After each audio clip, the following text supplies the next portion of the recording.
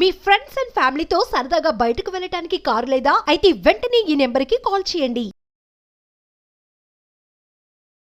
నమస్తే, welcome to Suman TV. నేను విష్ణు. ప్రస్తుతంతో పాటు NISM and CRISIL certified wealth manager Revanth Chalamala ఉన్నారు. వారితో మాట్లాడదాం. నమస్తే రేవంత్. నమస్తే అండి. రేవంత్, ఇవాళ వార్త చూశారు కదా, యావత్ భారతదేశం మొత్తం దిగ్భ్రాంతికి గురయ్యే ఒక విషాద వార్తను మనందరం కూడా చూడటం జరిగింది.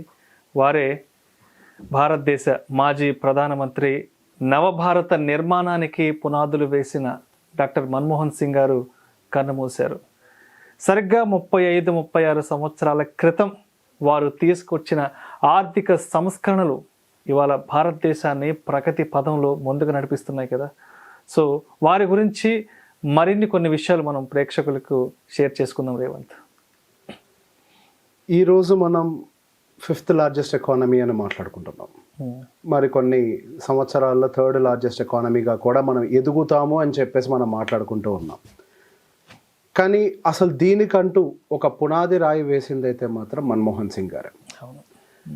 మన దేశానికి స్వాతంత్రం వచ్చిన తర్వాత అటు ఫారెన్ ఇన్వెస్ట్మెంట్స్ రిలేటెడ్ అయి ఉండొచ్చు, లేకపోతే బిజినెస్ రిలేటెడ్ అయి ఉండొచ్చు, ఆంక్షలు చాలా విపరీతంగా ఉండేవి. భారతదేశంలో వ్యాపారం చేయటమే కష్టమేమో అనేలాగా మన దగ్గర ఉన్నటువంటి రూల్స్ చాలా స్ట్రాంగ్గా ఉండే, చాలా డిఫికల్ట్గా ఉండే.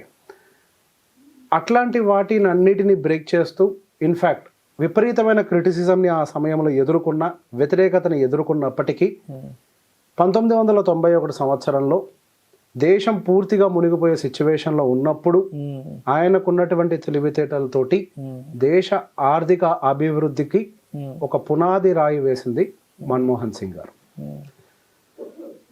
ఆయన రకరకాల పొజిషన్స్ అన్ని చేసేసారు. Like before becoming a reserve bank governor గా చేశారు. చాలా పెద్ద పెద్ద పదవుల్ని ఆయన చూశారు. ఆయన రకరకాల పొజిషన్స్ అన్ని కూడా చేసి ఉంచారు. సో బేసిక్ గా ఒక్కసారి ఆయన ఎకనామిక్ రిఫార్మ్స్ తీసుకొచ్చిన తర్వాత అక్కడ క్రిటిసిజం ఉందా ఏముందా అన్న దాన్ని కనుక వాళ్ళు పట్టించుకోకుండా భారతదేశాన్ని ఈ సమస్యల నుంచి బయటకు తీసుకురావాలి. మరి కొన్ని వారాల్లో భారతదేశం షట్ డౌన్ ఆల్మోస్ట్, అంటే విపరీతమైన ఇబ్బందుల్లోకి వెళ్ళబోతోంది అని ఒక సిచ్యువేషన్ నుంచి బయటకు తీసుకొని వచ్చారు. విపరీతమైన పువర్టీ నుంచి బయటకు తీసుకొని వచ్చారు. మొదటిగా ఆయన తీసుకున్నటువంటి step rupee devaluation. So rupee devaluation అని అంటే సింపుల్. సో బేసిక్ ఇక్కడ డివాల్యుయేషన్ అన్న వర్డ్ని మనం క్లియర్గా అర్థం చేసుకోవాలి. ఎక్స్పోర్ట్స్ ఏవైతే మనం ఎగుమతులను చేస్తున్నామో వాటిల్ని బాగా చీపర్ చేస్తూ ఇంపోర్ట్స్ చేసే వాటిల్ని ఆయన బాగా ఎక్స్పెన్సివ్ చేయడం ద్వారా ఆయన ఒక స్టెబిలిటీని ఫస్ట్ తీసుకొచ్చే ప్రయత్నం చేశారు. అండ్ దాంతోపాటుగా ఫ్రీడమ్ ఫర్ ద ఎంటర్ప్రైజెస్, అంటే మన దగ్గర ఉన్నటువంటి వ్యాపారాలకు అన్నిటికీ కూడా కావాల్సినటువంటి ఇప్పుడున్నటువంటి ఫ్రీడమ్ ఆ రోజుల్లో లేదు. సో ఒక రెవల్యూషనరీ ఒక పాలసీని తీసుకొని వచ్చి కొంత ఫ్రీడమ్ని వ్యాపారాలకు ఇవ్వడం జరిగింది. ఇంతకుముందు అన్నీ కూడా మెజారిటీ ఆఫ్ ద ఆర్గనైజేషన్స్ అంతా కూడా గవర్నమెంట్ కంట్రోల్స్లో ఉండేవి. ఆ తర్వాత వాటిని ప్రైవేటైజ్ చేయటము, లిబరైజ్ చేయటము, ఇట్లాంటి యాక్టివిటీస్ తోటి ఇండియన్ ఎకానమీ ని రివైవ్ చేసేందుకు అన్ని రకాలుగా ముందడుగేసినటువంటి వ్యక్తి మన్మోహన్ సింగ్ గారు. అండ్ దాంతో పాటుగా monopolies and restrictive trade practices. So బేసిక్గా మనం మాట్లాడుకుంటున్నట్టుగా ఏది పడితే అది చేయడానికి, ఎంత కావాలనుకుంటే అంత ప్రొడ్యూస్ చేయడానికి కావాల్సినటువంటి ఫ్రీడమ్ అనేది కంపెనీస్ దగ్గర ఉండేవి కాదు. వాటన్నిటిని రివైవ్ చేశారు. కొంతవరకు ఫ్రీడమ్ని వాళ్ళకి ఇవ్వడం జరిగింది. బ్యాంకింగ్ సిస్టంలో రిఫార్మ్స్ని తీసుకొని వచ్చారు. అండ్ PSU బ్యాంకింగ్ని లిస్టింగ్ బ్యాంక్స్గా మార్చారు.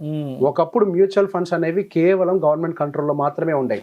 కరెక్ట్గా చెప్పాలంటే బ్యాంక్స్ కంట్రోల్లో ఉండేవి. ఆ తర్వాత దాన్ని ప్రైవేటైజ్ చేశారు. ప్రైవేట్ ప్లేయర్స్ని ఇందులో పార్టిసిపేట్ చేసేలాగా చేశారు. ఇంతకుముందు మనం ఇప్పుడైతే మాట్లాడుకుంటున్నాం FIS, ఫారెన్ ఇన్స్టిట్యూషనల్ ఇన్వెస్టర్స్, వాళ్ళ యొక్క సెల్లింగ్, బయ్యింగ్, వాళ్ళు కనుక పెట్టుబడులు పెడితే మనం అభివృద్ధి చెందుతాం. యాక్చువల్గా అసలు వాళ్ళు పెట్టుబడులు పెట్టేందుకోసం గేట్స్ని ఓపెన్ చేసింది మన్మోహన్ సింగ్ గారే. ఒక రకంగా మాట్లాడాలి అంటే ఇండియన్ ఎకానమీకి బూస్ట్ని ఇచ్చింది. మొదటిగా ఒక మైలురాయిని స్టార్ట్ చేసింది మాత్రం ఆయనే. ఆయన ఆర్థిక మంత్రిగా ఆయన పదవిని తీసుకునే టైంకి మనకు సెన్సెక్స్ కేవలం 999 పాయింట్లు మాత్రమే ఉంది, అతి తక్కువగా ఉండేది. ఆయన దాదాపుగా మళ్ళీ ఆయన PM అయ్యే టైంకి దాదాపుగా 6,900 పాయింట్లకు వెళ్ళింది, అంటే సుమారుగా 2004 సంవత్సరానికి. ఆ తర్వాత 2014-15 సంవత్సరాలకి, అంటే ఆయన PMగా దిగిపోయే టైంకి దాదాపుగా మనకి సెన్సెక్స్ 25,000గా చేరింది. ఎక్కడో 3 డిజిట్స్ నుంచి మనం 5 డిజిట్ గ్రోత్కి ఒక రకంగా ఈయన రిఫార్మ్స్ తోటే ఇంత దూరం ప్రయాణం చేసాం. అప్పుడే మనకి NSE వచ్చింది.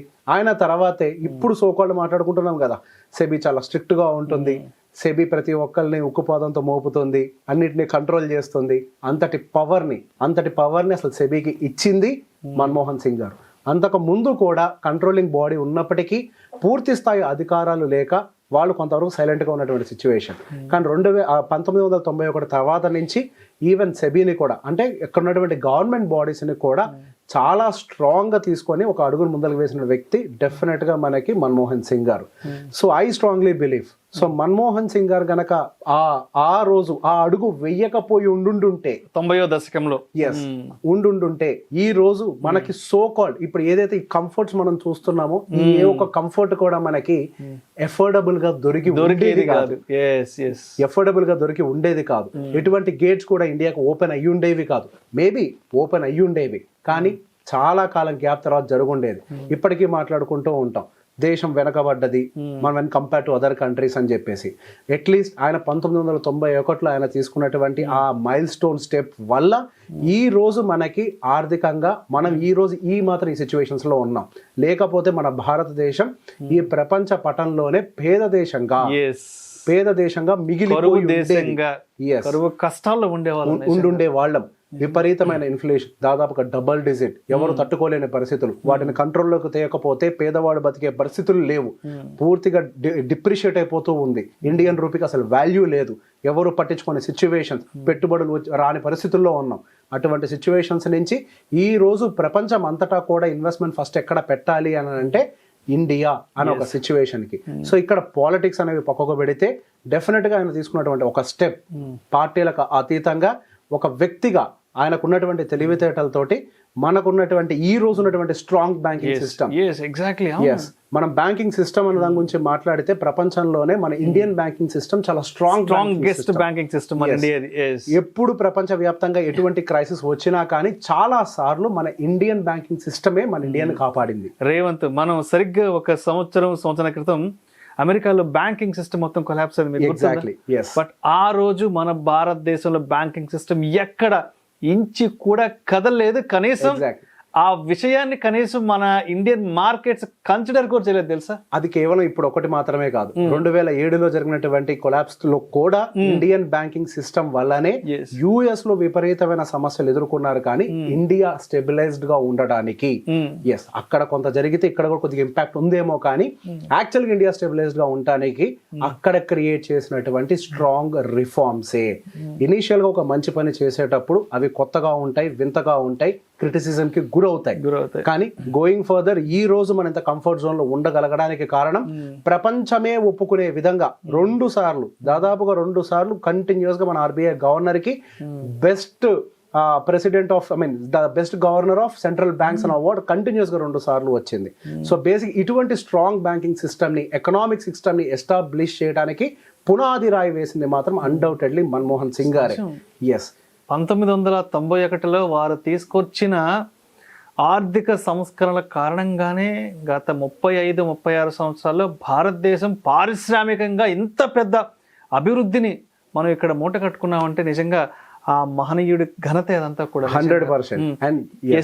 ఇవాళ భారతదేశంలో ఇంటర్నెట్ యూసేజ్ కానివ్వండి, ఇంటర్నెట్ పరంగా కానీ, తర్వాత ఈ టెలిఫోన్ రంగానికి సంబంధించి కానీ ఈ వనరులన్నీ సమకూర్చింది ఆయనే మనకి. అవును, 100%. And he is very disciplined person. ఆయన పెట్టుబడుల విషయంలో కానీ ఏ పద్ధతుల్లో అయినా సరే చాలా డిసిప్లైన్డ్ గా ఉంటారు. మనలాగా అత్యాశతో కూడుకున్నటువంటి వ్యక్తి అయితే కాదు. వారు లోకాన్ని విడిచి వెళ్ళిపోయారనేది ఒక బాధాకరమైన విషయం అయితే, అంతటి గొప్ప స్థాయి కలిగిన వ్యక్తుల గురించి ఈ వేదికగా మనం ప్రేక్షకులకి కొన్ని మంచి విషయాలు చెప్పడం కూడా చాలా సంతోషంగా ఉంది. Revanth, thank you so much. Thank you అండి.